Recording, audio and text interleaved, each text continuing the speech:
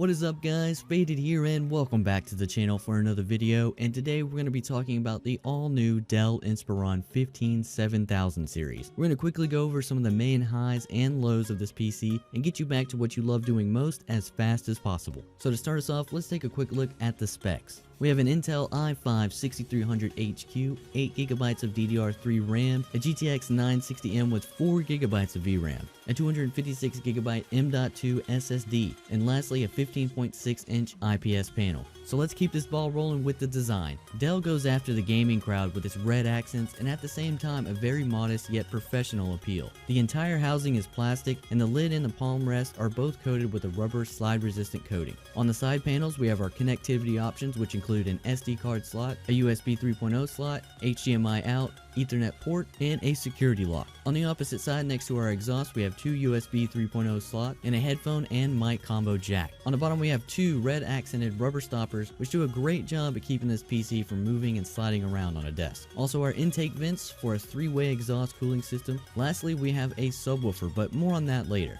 So overall, Dell sports a very stylish design that says I'm professional, but at the same time I like to game. Now let's take a look at the display. A 15.6-inch matte LED backlit IPS panel, which is great for gaming if you don't mind 60 Hz, but I would definitely stop this video here if you're looking for an editing PC. It gets the job done and IPS is great, but it's definitely not for professional work like photography. Now for the keyboard. It is backlit, it's fairly spaced out, it looks nice, but it does feel a little bit cheap and the backlight is somewhat lackluster. Now the touchpad. Lots of room, but at the cost of ease of use. This thing has some issues with touch and it simply doesn't register some clicks sometimes. Now for the sound. I love the design of the speakers and they look very nice, but the sound definitely feels cheap and the subwoofer is a joke. Nothing exciting to see here, so let's move along. Also we have a relatively thin body, but nothing to compare with a MacBook Air. Now as with the plastic housing, I do get kind of worried about some things sometimes, and that would be the hinges. Lots of laptops struggle in this department, though I feel Dell has done quite a good job with this. I don't see these things falling off in 3 months from now, or maybe even 6 months from now. I think it's going to be tough and sturdy, and the panel will stay where it's supposed to be.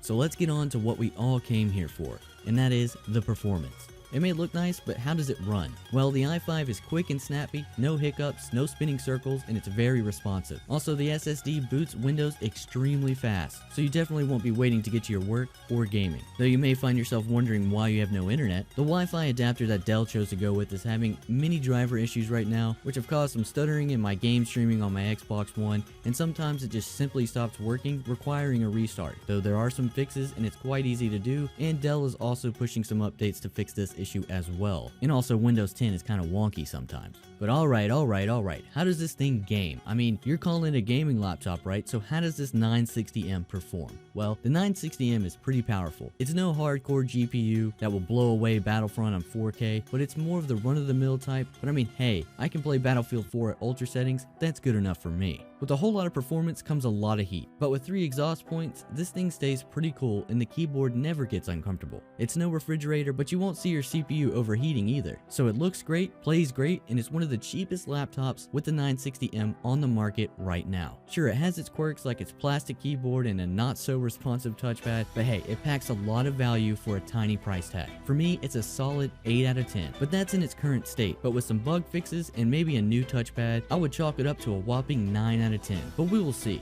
So there you have it. Those are my thoughts on the Dell Inspiron 7000 series gaming laptop. I hope you guys enjoyed the video. If you did, please be sure to slap that like button and subscribe for more moderate quality content. And as always, thank you so much for watching, and you guys have a good one.